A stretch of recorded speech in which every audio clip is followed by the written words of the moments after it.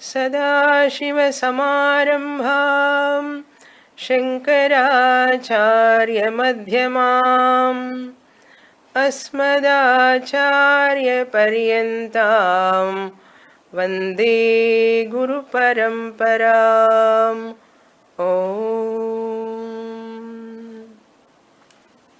నాలుగవ అధ్యాయం, నాలుగవ బ్రాహ్మణం, 8వ మంత్రం. నేను ఇచ్చిన పుస్తకంలో 215వ పేజీ. తదేతే శ్లోకా భవంతి అణుః పంథా వితతః పురాణః మాం స్పృష్టోనువిత్తో మయైవ తేన ధీరా అపి యంతి బ్రహ్మవిదః స్వర్గం లోకమిత ఊర్ధ్వం విముక్త్వాః.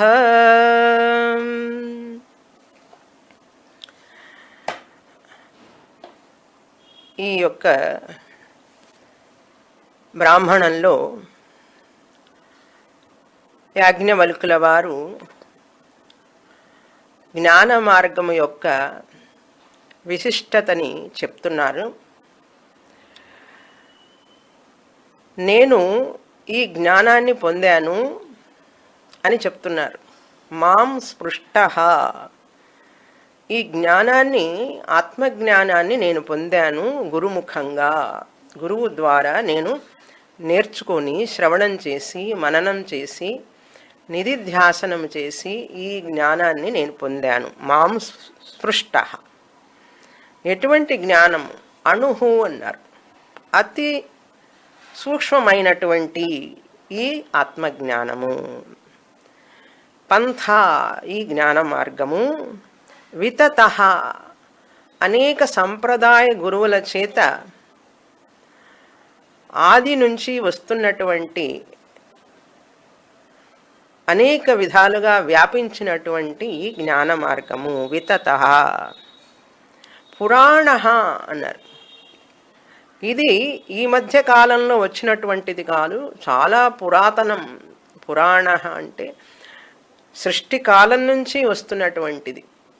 సృష్టి చేసేటప్పుడే బ్రహ్మదేవుడు ఈ విద్యని సనక సనందనాదులకు, నారదుడికి, వీళ్ళందరూ కూడా ఈ జ్ఞానాన్ని పొందారు బ్రహ్మదేవుడి ద్వారానే. దక్షిణామూర్తి సనక సనందనాదులకు బోధించాడు కనుక పురాణః. అటువంటి జ్ఞానం మాం స్పృష్టః అనువిత్త మయా ఏవ, నా చేత పరిపూర్ణంగా గ్రహించబడినది ఇది. నేను పరిపూర్ణంగా అర్థం చేసుకున్నాను, ఈ జ్ఞాన ఫలాన్ని పొందాను నేను. తేన ధీరాః అపియంతి, ఈ విధంగా ఎవరైతే నేను చదివినట్లుగానే శ్రవణం చేసి మననం చేసి నిధిధ్యాసనం చేసి ఎవరైతే తెలుసుకుంటారో ఈ విధంగా, తేన ధీరాః అపియంతి, వాళ్ళు కూడా ఈ జ్ఞానాన్ని పొందుతారు. ఎవరు వాళ్ళు? పొందగలిగిన వాళ్ళు, పొందేవాళ్ళు. అందరూ పొందలేరు. ఇది పొందేవాళ్ళు బ్రహ్మవిదః. బ్రహ్మవిదః అంటే ఇక్కడ సాధన చతుష్టయ సంపన్నాః వివేకినః ముముక్షవః. బ్రహ్మవిదః ఈ జ్ఞానాన్ని పొందుతారు. కర్మయోగం, ఉపాసనాయోగము చేసి తర్వాత గురువు ద్వారా ఈ శాస్త్రాన్ని చదివి తెలుసుకుంటారు. జిజ్ఞాసులవ్వడం వలన వాళ్ళకి ఈ శాస్త్రం మీద అత్యంతమైనటువంటి శ్రద్ధ, ఇచ్ఛ, కోరిక ఉంటుంది. శ్రవణం చెయ్యాలి అనేటటువంటిది. ఎన్ని సమస్యలు, ఎన్ని కష్టాలు వచ్చినా సరే ఎదుర్కొని ఆ కష్టాలన్నిటి నుంచి దాటి ఎలాగైనా సరే ఈ జ్ఞానం పొందే వరకు విశ్రమించకుండా ఉంటారు. అటువంటి వాళ్ళు స్వర్గలోకం, వాళ్ళు స్వర్గలోకాన్ని పొందుతారు అన్నారు. ఇక్కడ స్వర్గలోకం అంటే ఏం చెప్పుకున్నాం క్రిందటి వారం? స్వర్గలోకం అంటే బ్రహ్మజ్ఞానము అని అర్థం. ఆనందం బ్రహ్మ. స్వర్గం అనేటప్పటికీ ఆ మాట వినంగానే మనకు సుఖం అనేదే కదా గుర్తొస్తుంది. అందుకని ఉపనిషత్తు మనల్ని ఆశ పెడుతోంది. ఓహో, స్వర్గం అంటే మీరు ఆనందం సుఖం అనుకుంటారు కదా, అదేవిధంగా ఇక్కడ ఈ బ్రహ్మజ్ఞాని జ్ఞానాన్ని పొంది ఆనంద స్వరూపమైనటువంటి తన ఆత్మస్వరూపాన్ని గ్రహిస్తాడు, తెలుసుకుంటాడు. ఒక ఆయన అడుగుతున్నాడు, ఏమండి నేను బ్రహ్మ అంతా బ్రహ్మమే కదా, ఇంకా దేన్ని ధ్యానించాలి, ఏ దేవుణ్ణి ధ్యానించాలి అన్నాడు. అంతా బ్రహ్మమైనా కూడా ధ్యానించేటప్పుడు ఆ బ్రహ్మాన్ని ఒక రూపంలో ధ్యానించాలి.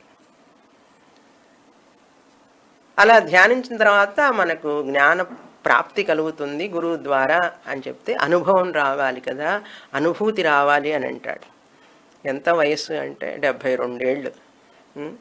కనుక ఎంత వయసు వచ్చినా కూడా శాస్త్రము గురువు లేకపోతే ఇంకా బ్రహ్మం అంటే ఏదో అనుభూతి అని, అంతా బ్రహ్మమే కదా, ఎందుకు ఏ దేవుణ్ణి ఎందుకు పూజించాలి ధ్యానించాలి, ఆ బ్రహ్మమే కదా ఉన్నది అంటే తెలిసి తెలియని జ్ఞానంతో ఇంకా తెలుసుకోవలసిన ఉన్నదే అనేటటువంటి జిజ్ఞాస లేకుండా వ్యక్తులు ఎంతోమంది ఉన్నారు, కాలం గడుపుతున్నారు. కనుక అటువంటి వాళ్ళు కాలం వృధా చేసుకుంటూ ఉంటారు. కనుక గురువు మార్గదర్శనం చాలా అవసరం. శాస్త్రంలో ఉంటూ అనుగుణంగా ఉంటూ శాస్త్రానికి మనం చాలా దగ్గరగా ఉండాలి ఎప్పుడు కూడా. ఎంత దగ్గరగా శాస్త్రానికి ఉంటే అంత మనకు విషయం బోధపడుతుంది. అది ఇక్కడ అర్థం. స్వర్గలోకం ఇతః ఊర్ధ్వం విముక్త. ఇతః ఊర్ధ్వం అంటే ఈ శరీరం ప్రారబ్ధం అయిపోయిన తర్వాత, ప్రారబ్ధ కర్మను పూర్తి చేసుకున్న తర్వాత ఈ జ్ఞాని జీవన్ముక్తి పొందినటువంటి జ్ఞాని విదేహముక్తిని పొందుతాడు అని అర్థం. ఇక్కడ ఊర్ధ్వం అంటే ప్రారబ్ధం క్షయించిన తర్వాత. ఎందుకంటే జ్ఞాని కూడా ప్రారబ్ధం ఉన్నంత వరకు ఈ శరీరంలో ఉంటాడు. ప్రారబ్ధం ఉన్నంత వరకు ఈ శరీరంలో ఉన్నప్పుడు ఆయన జీవన్ముక్తుడు. ఆ శరీరం అయిపోయిన తర్వాత ఆ జ్ఞాని విదేహముక్తిని పొందుతాడు, పొందినట్లుగా. ఎందుకంటే ఆయన బ్రతికున్నప్పుడు కూడా విదేహముక్తుడే. ఆయన దృష్టిలో నాకు దేహమే లేదు అని తెలుసు. కానీ ప్రజలకు చెప్పడం కోసం ఏం చేస్తారు అంటే, ఇది ఈయన విదేహముక్తిని పొందాడు అంటే ఈ యొక్క స్థూల శరీరాన్ని వదిలిపెట్టాడు అని అర్థం. అది ఊర్ధ్వం విముక్త అంటే విదేహముక్తిని పొందుతాడు.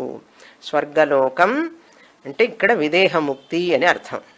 ఇతః ఊర్ధ్వం విముక్త, ఈ యొక్క ప్రారబ్ధం అయిపోగానే స్వర్గలోకం విదేహముక్తిని పొందుతాడు ఈ జ్ఞాని. ఎవరైతే ఈ శాస్త్రం చదువుతారు, నేను పొందినట్లుగానే అందరూ పొందొచ్చు అని చెప్పి మనకు ఆయన ఎంత ఉత్సాహాన్ని ఇస్తున్నారో చూడండి. యాజ్ఞవల్కుల వారు చాలా గొప్పవారు, ఆయన పొందారు ఈ జ్ఞానం, మనందరం ఏం పొందుతాం అని అనుకోకూడదు. అందుకని మనల్ని ప్రోత్సహిస్తున్నారు ఆయన. తేన ధీరాహ అపియంతి, ఎవరైతే ధీరులు శ్రద్ధ భక్తి జ్ఞానయోగం ఇవన్నీ ఉంటాయో మీలాంటి వాళ్ళు అనమాట. చెప్పునా, చెప్పుకోవచ్చు కదా. మీలాంటి వాళ్ళందరూ కూడా ఉంటారో వాళ్ళందరికీ కూడా ఈ జ్ఞానం లభ్యమవుతుంది తప్పనిసరిగా, అందులో సందేహము లేదు అని అర్థం. ఇంతవరకు క్రిందటి వారం చూసాం. తర్వాత మంత్రం చదువుతాను. 9వ మంత్రం 216వ పేజీ.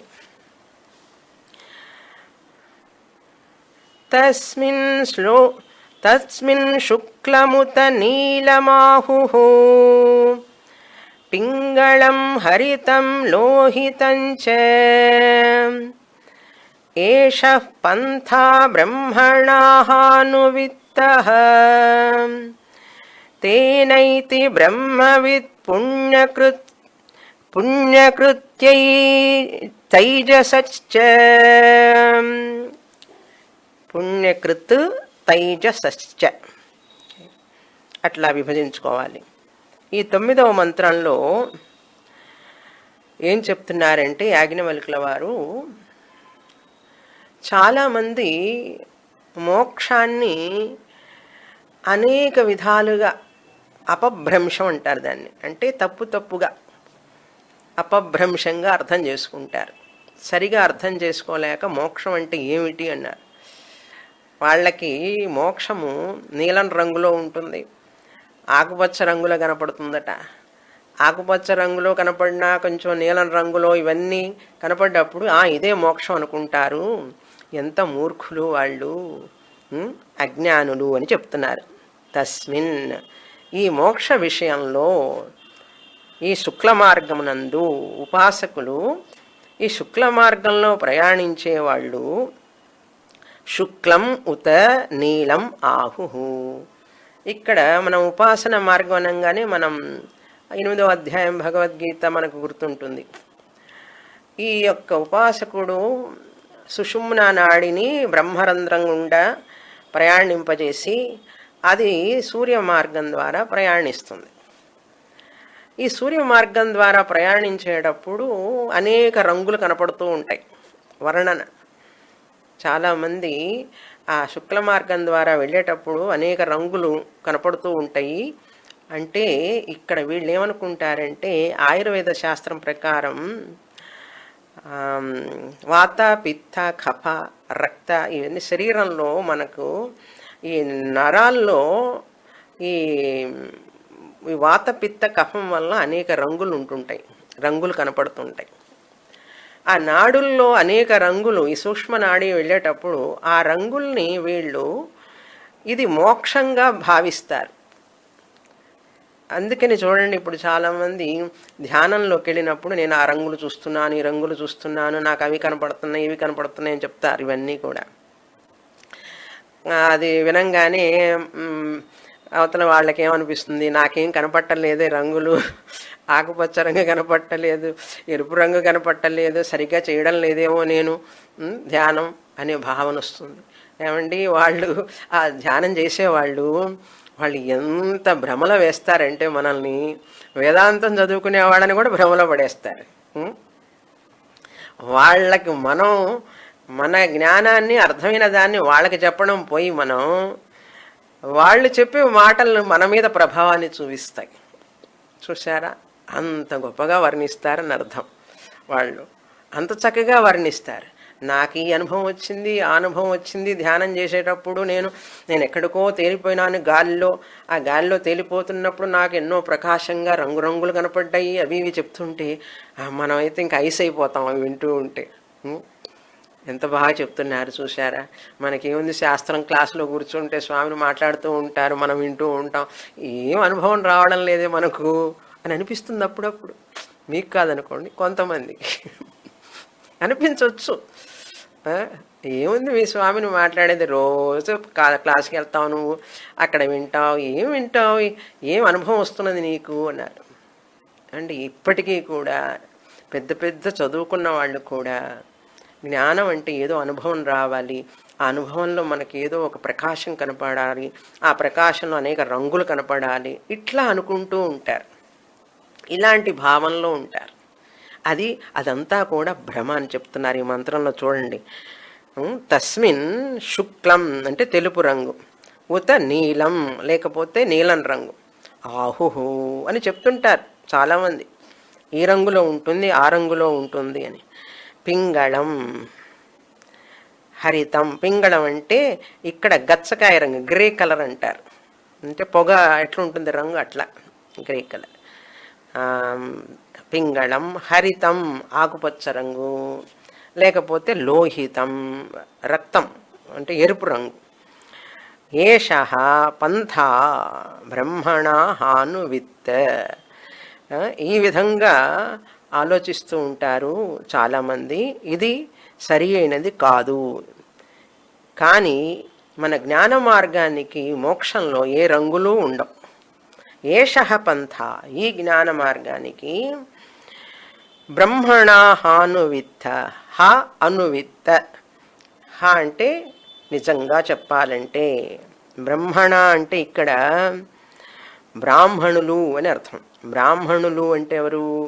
సాధన చతుష్టయ సంపన్నులు, బ్రహ్మ జిజ్ఞాసతో ఉన్నటువంటి వాళ్ళు బ్రాహ్మణులు.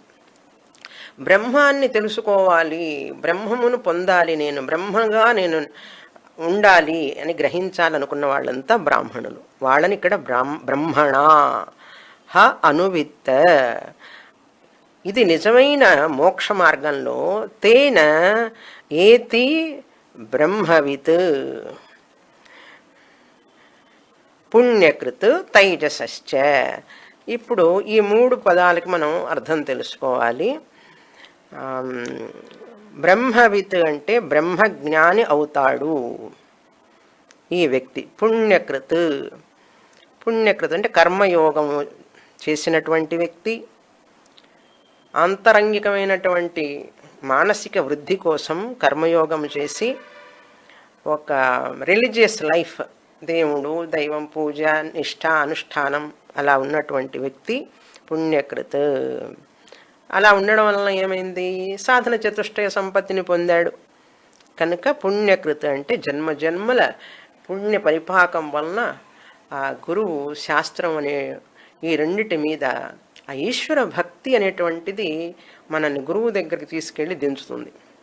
శాస్త్రం ఉన్నటువంటి గురువు, అటువంటి గురువు దగ్గర మనకు సాన్నిధ్యం లభించడం అనేటువంటిది చాలా పుణ్యం ఉంటుంది. కనుక పుణ్యకృత్. జ్ఞానమునకు ఏ రంగులు లేవు. ఇటువంటి రంగులన్నీ మాట్లాడే వాళ్ళంతా కూడా చాలా భ్రాంతిలో ఉన్నారు అని అర్థం. బ్రహ్మణ పుణ్యకృత్ బ్రహ్మవిత్ తైజస. బ్రహ్మవిత్ పుణ్యకృత్ తైజస ఉంది. బ్రహ్మవిత్ బ్రహ్మజ్ఞాని అవుతాడు ఆ పుణ్యకృత్, అటువంటి వ్యక్తి, పుణ్యం చేసుకున్నవాడు.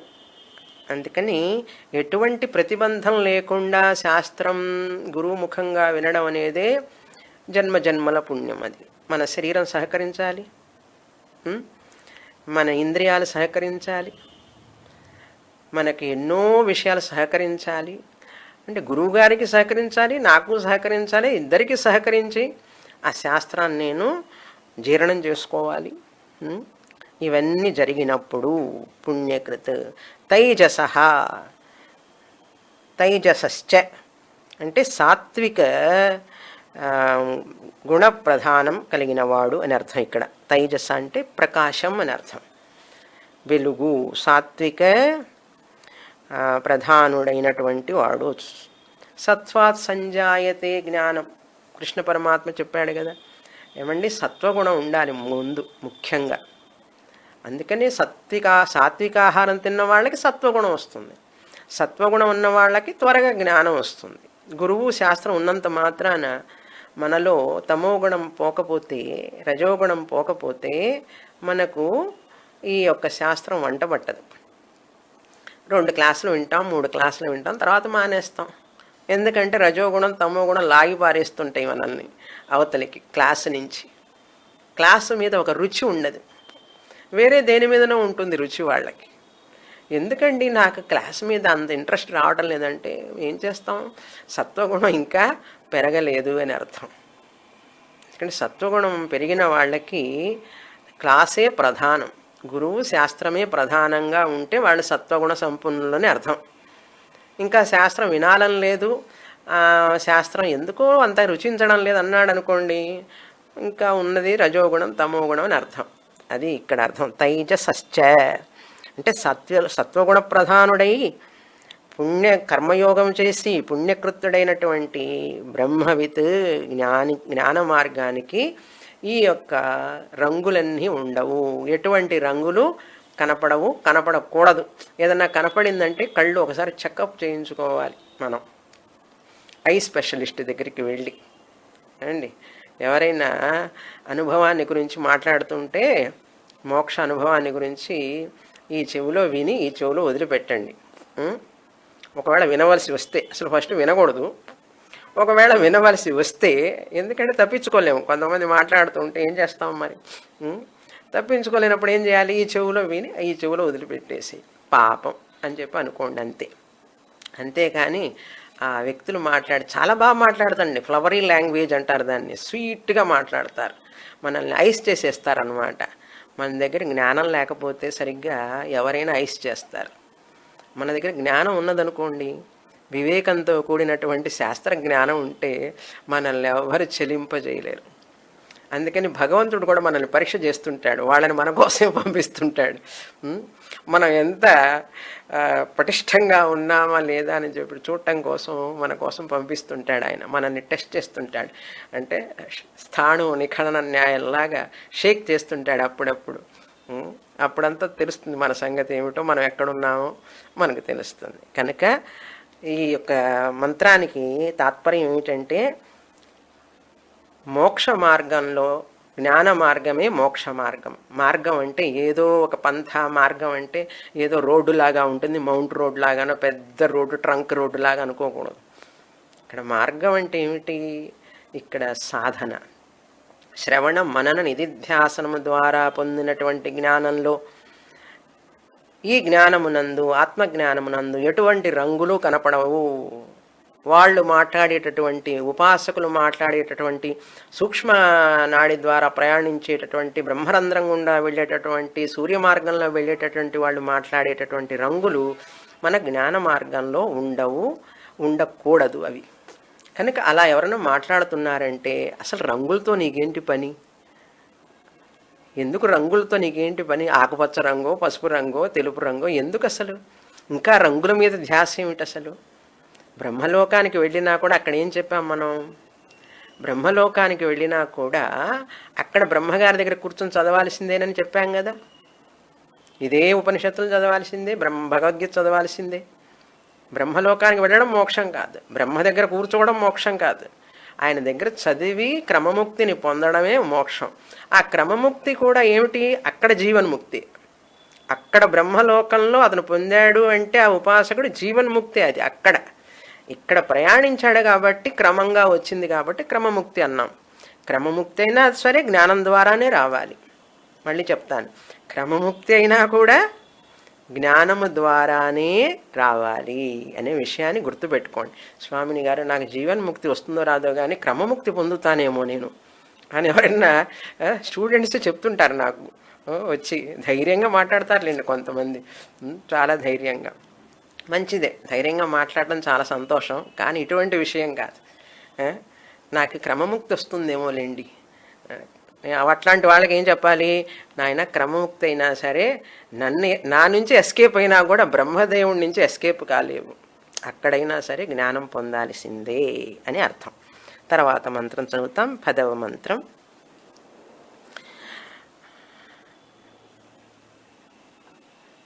అంధం తమః ప్రవిశంతి యే విద్యాముపాసతే తతో భూయ ఇవ తే తమః యవు విద్యాయాం రతాః.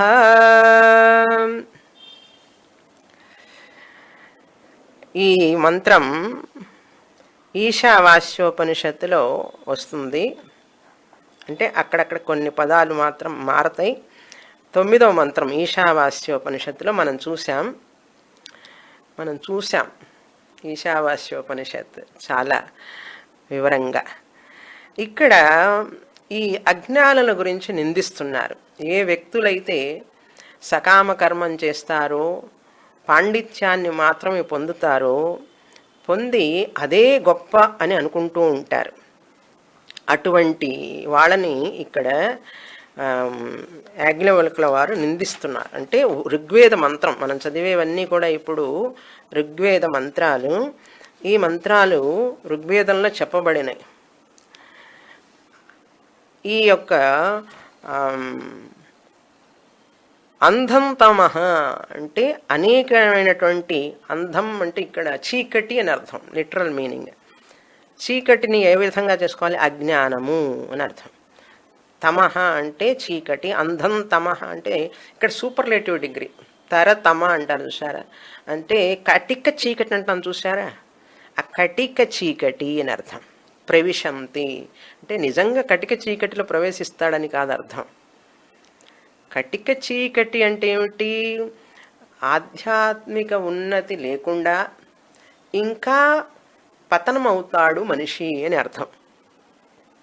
అంటే హీన లోకాలను పొందుతాడు, చీకటి లోకాలను పొందుతాడు అంటే హీనమైన జన్మలను పొందుతాడు అని అర్థం. ప్రవిశంతి అంటే ప్రవేశిస్తాడు. ఎవరుట?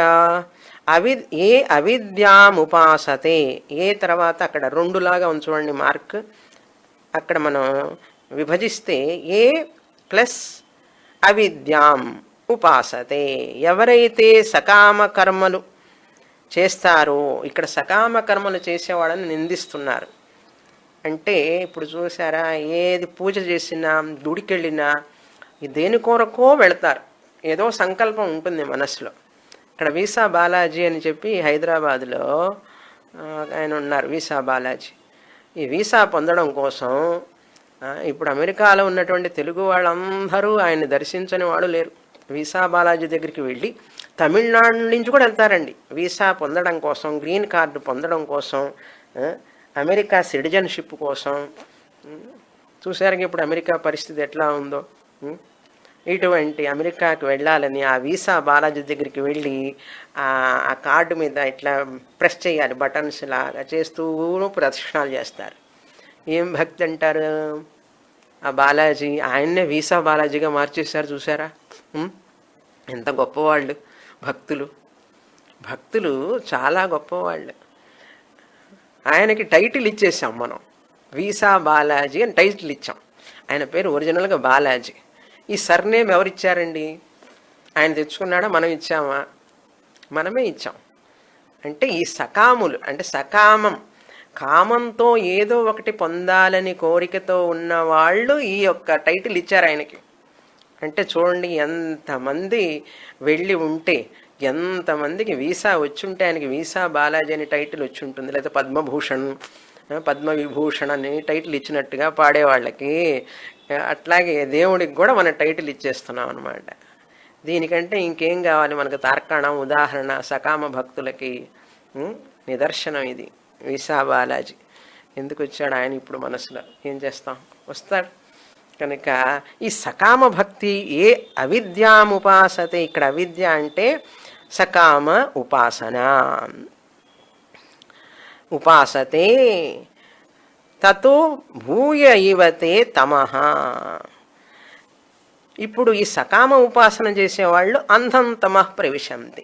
అంటే ఏంటి? వాళ్ళు మోక్షాన్ని పొందకుండా, బ్రహ్మలోకానికి వెళ్లకుండా నిష్కామ ఉపాసన చేస్తేనే కదండి సూక్ష్మనాడి ద్వారా బ్రహ్మరంధ్రం గుండా ఆ బ్రహ్మలోకానికి వెళ్ళగలుగుతాడు. కనుక ఇప్పుడు అది ఉపాసకుడు కాకుండా, నిష్కామ ఉపాసకుడు కాకుండా సకామ ఉపాసకుడైతే మళ్ళీ మనిషి జన్మ ఎత్తడం కానీ, లేకపోతే ఇంకా హీనమైన జన్మలు ఎత్తుతాడు. అంధం తమః ప్రవిశంతి ఏ అవిద్యాముపాసతే, సకామంగా భగవంతుణ్ణి పూజిస్తే అని అర్థం ఇక్కడ. అలా కాకుండా, అంతేకాకుండా ఇంకొంతమంది ఉంటారు అసలు ఉపాసనే చెయ్యరు, దేవుణ్ణి సకామంగా కూడా ఉపాసించరు. వాళ్ళెవరుట? విద్యాయాం రతాః. విద్యాయాం రతాః భూయ ఇవతే తమః ప్రవిశంతి.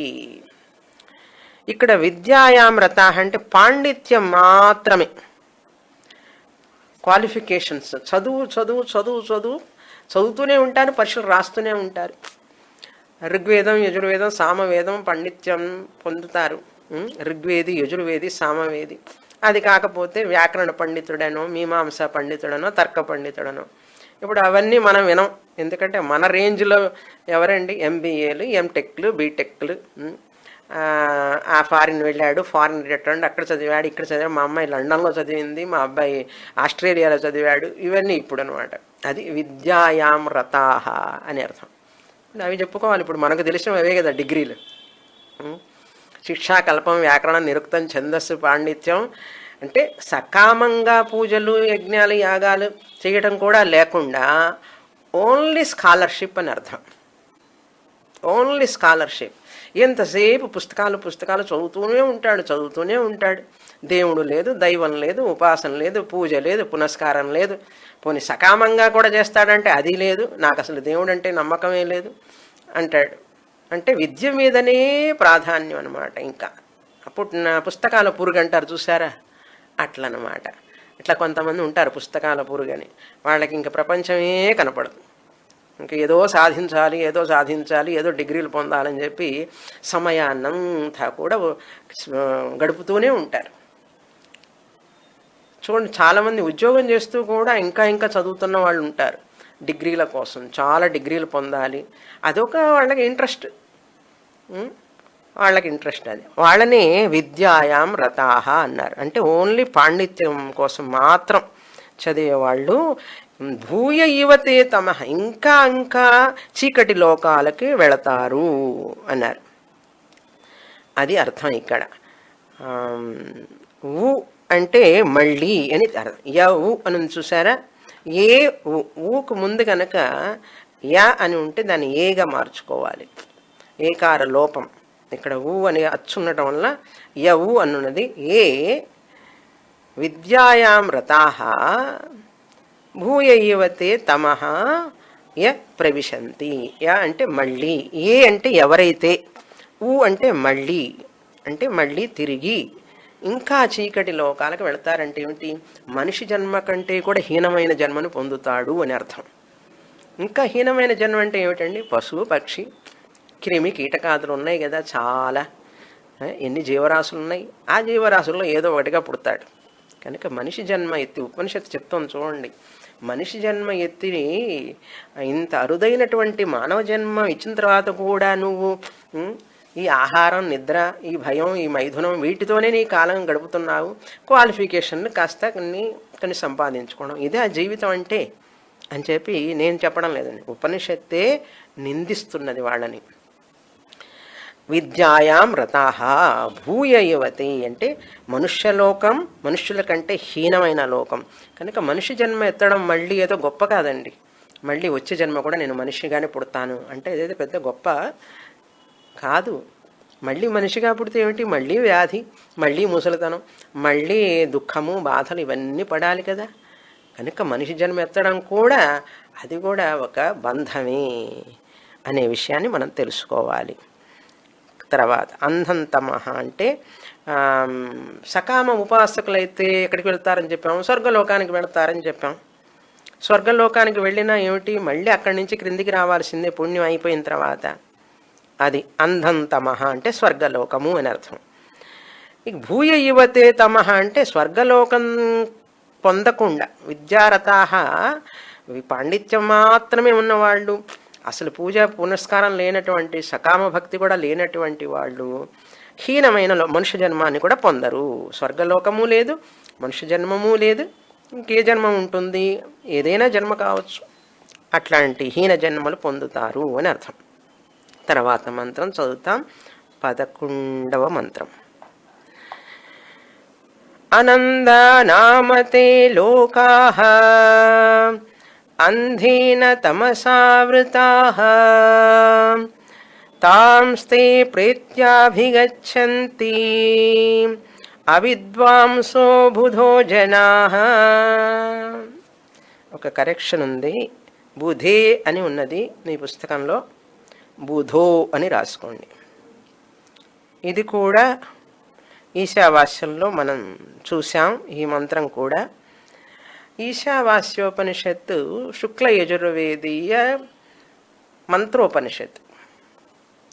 బృహదారణ్యక ఉపనిషత్తు శుక్ల యజుర్వేదీయ బ్రాహ్మణోపనిషత్తు.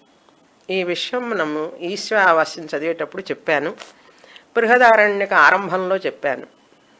ఏమని చెప్పాను, ఈశావాస్యోపనిషత్తు శుక్ల యజుర్వేదానికి సంబంధించినది, దాని యొక్క విస్తారంగా చెప్పబడినటువంటి ఇదే బృహదారణ్యకోపనిషత్తు. ఈశావాస్యోపనిషత్తే విస్తారంగా చెప్పబడింది బృహదారణ్యకోపనిషత్తుగా అని అర్థం.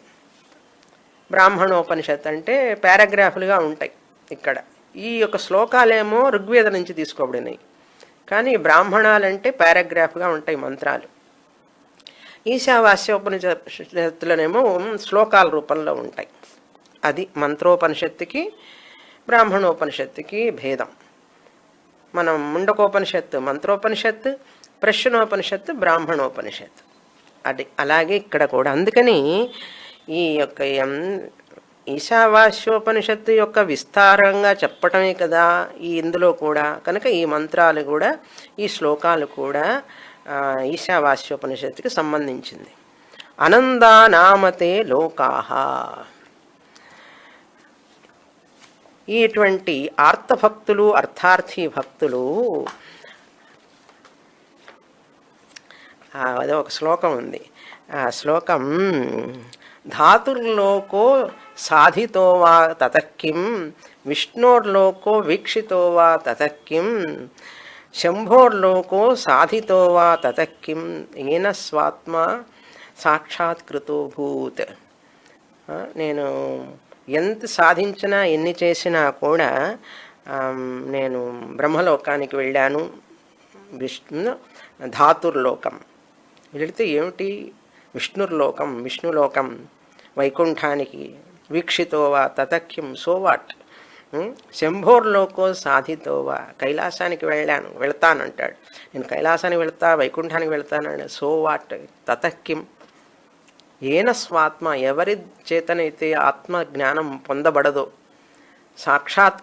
సాక్షాత్కార అంటే బ్రహ్మజ్ఞానాన్ని పొందడో, వాడు ఎన్ని పొందినా కూడా, ఏ లోకాలకు వెళ్ళినా కూడా ఎటువంటి ప్రాముఖ్యత లేదు ఆ వ్యక్తికి అని చెప్తుంది శాస్త్రం.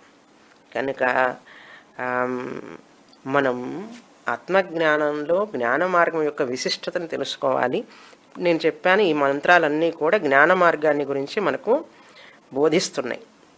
జ్ఞాన మార్గాన్ని బోధించేటప్పుడు సకామ, నిష్కామ అంటే అకామ.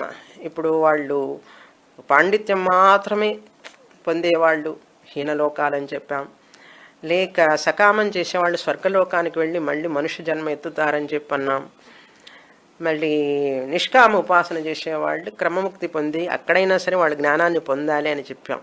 ఇవన్నీ చెప్పడం వలన వాటిని నిందిస్తూ మన జ్ఞాన మార్గాన్ని స్తుతి చేస్తున్నాం. ఎందుకు చేస్తున్నది ఉపనిషత్తు అట్లా అంటే, మనకు జ్ఞాన మార్గం మీద అభిరుచి కలగడానికి. అట్లా అభిరుచి కలిగితే మనకు ఆ జ్ఞాన మార్గంలో ఉంటాం.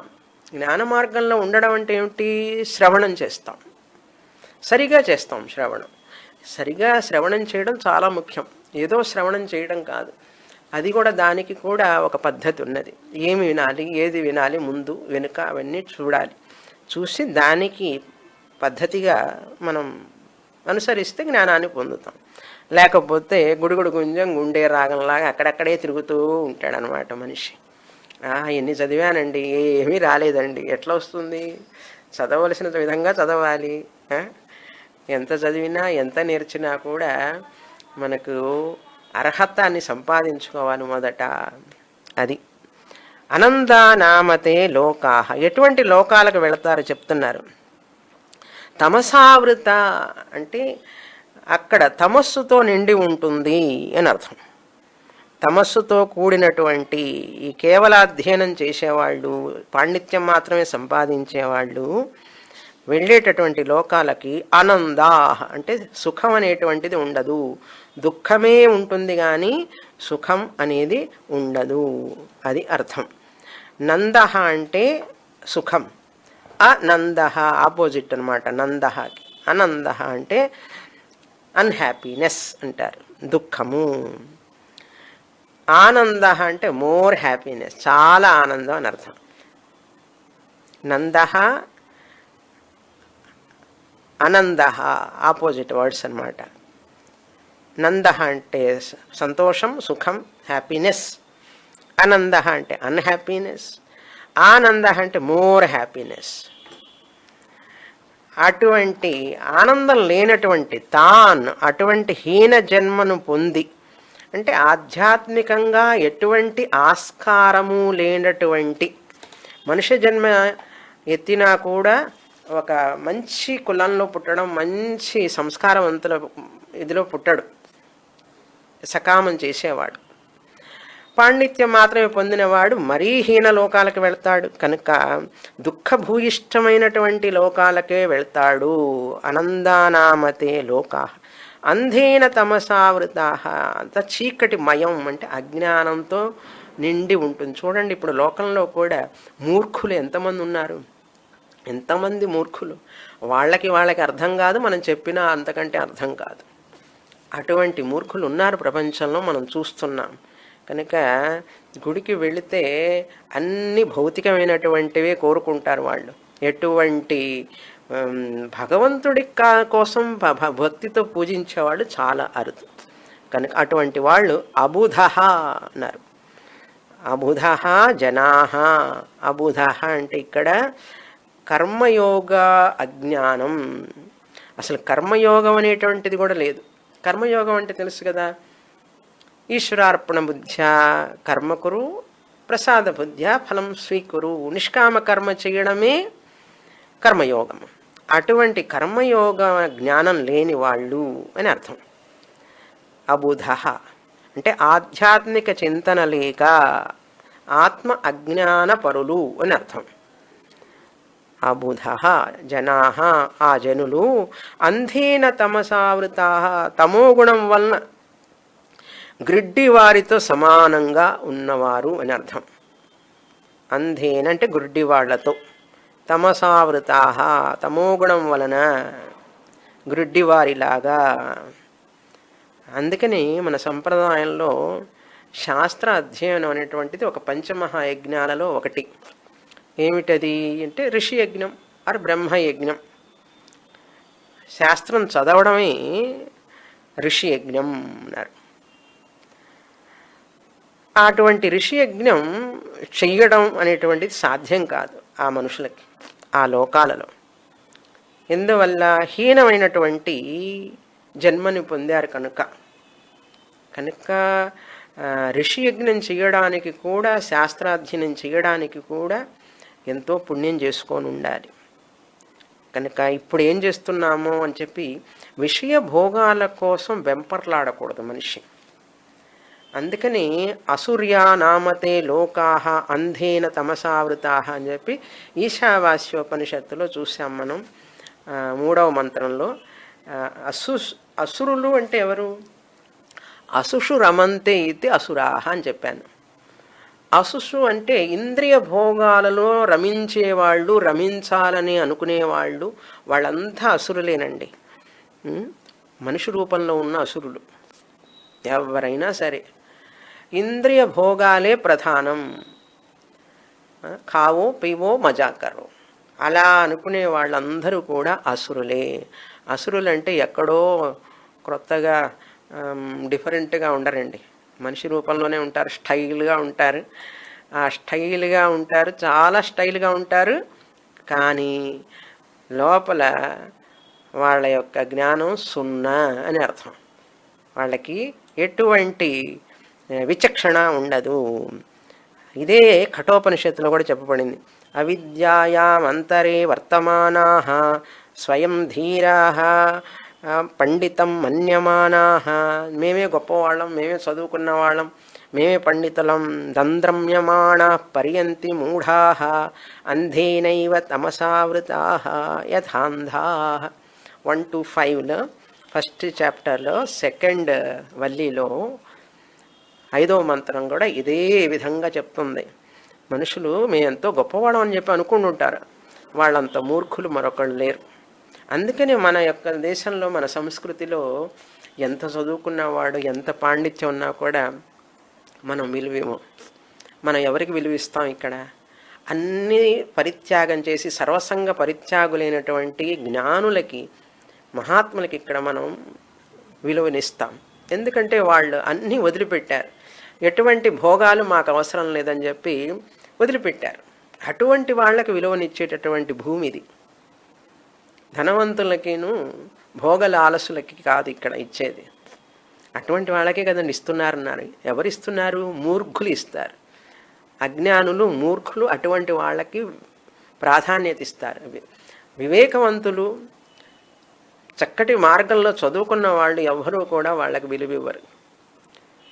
ధనం ప్రధానం కాదు, సుఖాలు ప్రధానం కాదు.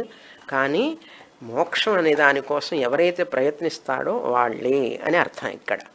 సో అనందాః తే లోకాః తాంస్తే ప్రేత్యా అభిగచ్చంతి. వాళ్ళు ఆ లోకాలకు వెళతారు. తాం అంటే అటువంటి లోకాలకి, అంటే మళ్ళీ మనుష్య జన్మ కానీ, మనుషుల కంటే హీనమైన జన్మలు కానీ పొంది ప్రేత్యా మరణించిన తర్వాత, మరణానంతరం తే అభిగచ్చంతి. ఎవరు? ఆ సకామ ఉపాసకులైనా కానీ పాండిత్యం మాత్రమే జీవితంలో ప్రధానంగా ఉన్నవాళ్ళు కానీ వాళ్ళు అభిగచ్చంతి. ఎవరో చెప్తున్నారు, అవిద్వాంస అబుధ జనా. అవిద్వాంస అంటే ఇక్కడ విద్వాంసుడు అంటే పండితుడనే కాదు, జ్ఞాని వివేకి అని అర్థం విద్వాంస అంటే. అవిద్వాంస అంటే మానవ జన్మ యొక్క ప్రధానమైనటువంటి పురుషార్థం మోక్షము అని తెలియని వాళ్ళందరూ కూడా అవిద్వాంసులేనండి. వాళ్ళు ఎంత పండితుడైనా సరే, ఎంత శాస్త్రజ్ఞుడైనా సరే, గురువు దగ్గరికి వెళ్లకుండా, ఈ యొక్క శాస్త్ర ప్రస్థానత్రయం చదవకుండా మోక్షం కోసం ప్రయత్నం చేయకపోతే వాళ్ళు సైంటిస్టే కావచ్చు, ఫిలాసఫర్ కావచ్చు, వాళ్ళు ఎటువంటి గొప్ప గొప్ప పదవుల్లో ఉండొచ్చు, ఏమైనా కానివ్వండి, వాళ్ళందరూ కూడా ఏమని పిలుస్తుంది ఉపనిషత్తు? అవిద్వాంస అంటుంది. ఎంత విజిటింగ్ కార్డులో ఇంత డిగ్రీలు పొడుగ్గా రాసుకున్నా సరే అవిద్వాంస అంటుంది ఉపనిషత్తు. అయ్యో అదేమిటండి అట్లా అంటారు? మా అబ్బాయి చూడండి ఎన్ని డిగ్రీలు సంపాదించాడు, మా అమ్మాయి చూడండి ఎన్ని డిగ్రీలు సంపాదించిందో పొడుగ్గా చెప్పుకుంటారు డిగ్రీలు. ఒక డిగ్రీ ఆస్ట్రేలియా, ఒక డిగ్రీ లండన్లో, ఒక డిగ్రీ అమెరికాలో. సో వాట్ అంటుంది, ఒక్క స్ట్రైక్ ఇచ్చేస్తుంది శాస్త్రం వాళ్ళకి, నువ్వు ఎన్ని పనికిరావు అంటుంది. కానీ మనుషులకి అసలు అది తెలియడంలే. ఆ విషయం ఎలా తెలుస్తుంది? ఒక గురువు సత్సంగం ఉండాలి. అందుకని సత్సంగం ఉంటే ఆ గురువు చెప్తాడు మనకు జీవితంలో ఏది ప్రాధాన్యం, దేనికి ఎంత ప్రాధాన్యం ఇవ్వాలని చెప్తారు మనకు. గురువే లేకపోతే, సత్సంగమే లేకపోతే, ఎప్పుడో వస్తానండి సత్సంగానికి, ఇప్పుడంతా బిజీ అండి, నేను రిటైర్ అయిపోయిన తర్వాత, అన్నీ అయిపోయిన తర్వాత వస్తారు సత్సంగానికి, అప్పుడు వచ్చి ఏం ప్రయోజనం? అంతా అయిపోయిన తర్వాత. కనుక చిన్నప్పటి నుంచే సత్సంగం ఉండాలి. ఏమండి అందరు దాదాపు రిటైర్ అయిన తర్వాతనే కదండి వస్తారు సత్సంగానికి, అప్పుడు వస్తే ఏం ప్రయోజనం? ఇంకా మార్గదర్శనం ఎందుకు? అన్ని మార్గాలు అయిపోయిన తర్వాత వచ్చి ఏం ప్రయోజనం ఉండదు. అందుకనే చిన్న వయసులోనే సత్సంగం కావాలి. పిల్లలకి సాధు సంగత్ ఉండాలి ఎప్పుడూ కూడా. ఒక గురువు, ఆ గురువు మార్గదర్శనం కావాలి వాళ్ళు. అప్పుడు చెప్తారు మనకు గురువు ఎక్కడ, ఎప్పుడు, ఏమి చెయ్యాలి అనేది. సత్సంగత్వే నిస్సంగత్వం, నిస్సంగత్వే నిర్మోహత్వం. కనుక ఈ విధంగా వీళ్ళకి అవకాశమే ఉండదు. ఇటువంటి వాళ్ళు అవిద్వాంస అబుధ. ఉపనిషత్తు తిడుతున్నదండి, తిట్టడమే కదండి ఇది. ఎట్లా తిడుతున్నదంటే స్కోల్డింగ్ అనమాట. అట్లా ఇట్లాంటి వాళ్ళు తాంస్తే ప్రేత్య అభిగచ్చంతి, అట్లాంటి లోకాలకు వెళ్ళిపోతారు. కనుక ఇప్పుడు మనలాంటి వాళ్ళు ఈ సకామ ఉపాసకులు కాదు, అటువంటి పాండిత్యము విద్వాంసం మాకు అక్కర్లేదు, మాకు ఏమి అక్కర్లేదు, గురువు శాస్త్రము, దైవం శాస్త్రం గురువు, ఈ ముగ్గురే మాకు కావాలి అని అనుకునేవాళ్ళు శాస్త్రానికే వచ్చారనుకోండి. వచ్చేసాం, శాస్త్రం చదువుతున్నాం, దాదాపు చదివేసినట్లేనండి ఇప్పుడు మనం. భగవద్గీత అయిపోయింది, ఉపనిషత్తులన్నీ చదివేశాం, ఇంకా పిన్నకిల్ అనమాట, జ్ఞానం పైన ఉచ్చిలో ఉన్నాం మనం ఇప్పుడు. అట్లా ఉంటే వాళ్ళకి జ్ఞానమే వచ్చింది అనుకోండి, వచ్చేసింది అనుకుందాం ఏమిటి, వచ్చింది. ఓకే, తర్వాత మంత్రం చెప్తున్నారు యాజ్ఞవల్కుల వారు. ఆ ఋగ్వేద మంత్రాన్ని మనకు చెప్తున్నారు, చాలా ముఖ్యమైన మంత్రం, చదువుతాం. ఇది శంకరాచార్యుల వారు అనేక సందర్భాల్లో కోట్ చేస్తుంటారు ఈ మంత్రాన్ని. ఇప్పుడు ఈ 2 పై శ్లోకాలు ఈశావాస్యంలో చెప్పాం, చూసాం. అటువంటివే ఇప్పుడు లోకంలో వాళ్ళందరూ కూడా యామిమాం పుష్పితాం వాచం ప్రవదంత్య అవిపశ్చిత వేదవాదరత పార్థ నాణ్యదస్తీతి వాదిన.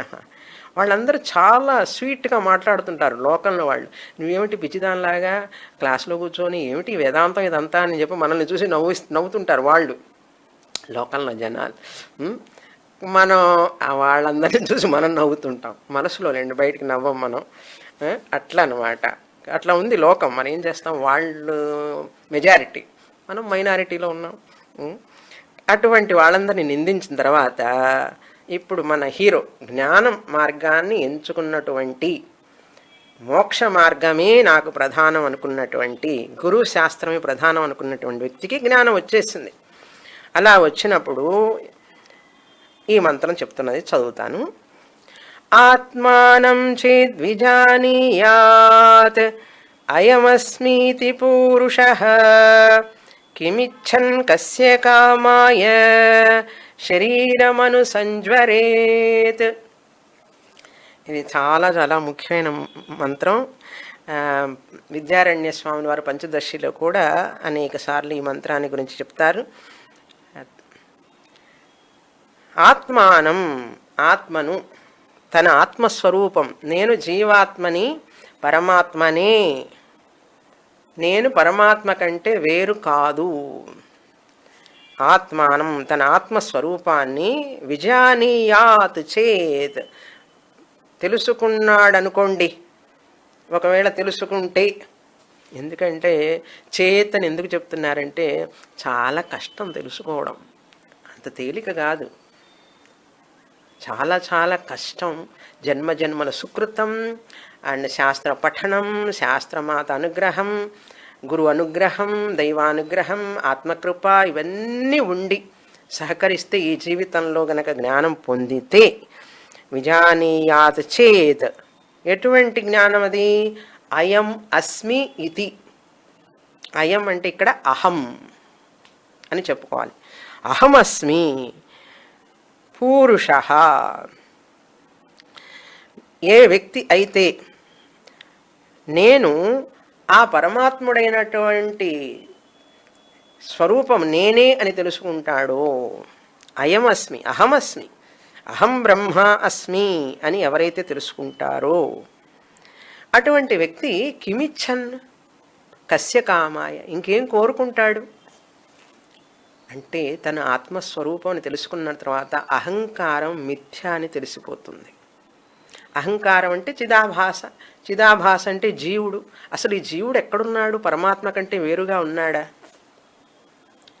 కిమిచ్చన్, ఏం కోరుకుంటాడు? కస్య కామాయ, ఏ అహంకారం కోసం కోరుకుంటాడు? నాకు ఇది కావాలి అది కావాలని. అసలు అహంకారమే మిథ్య అయినప్పుడు ఎలా కోరుకుంటాడు? కిమిచ్చన్ కస్య కామాయ శరీరం అనుసంజ్వరేత్.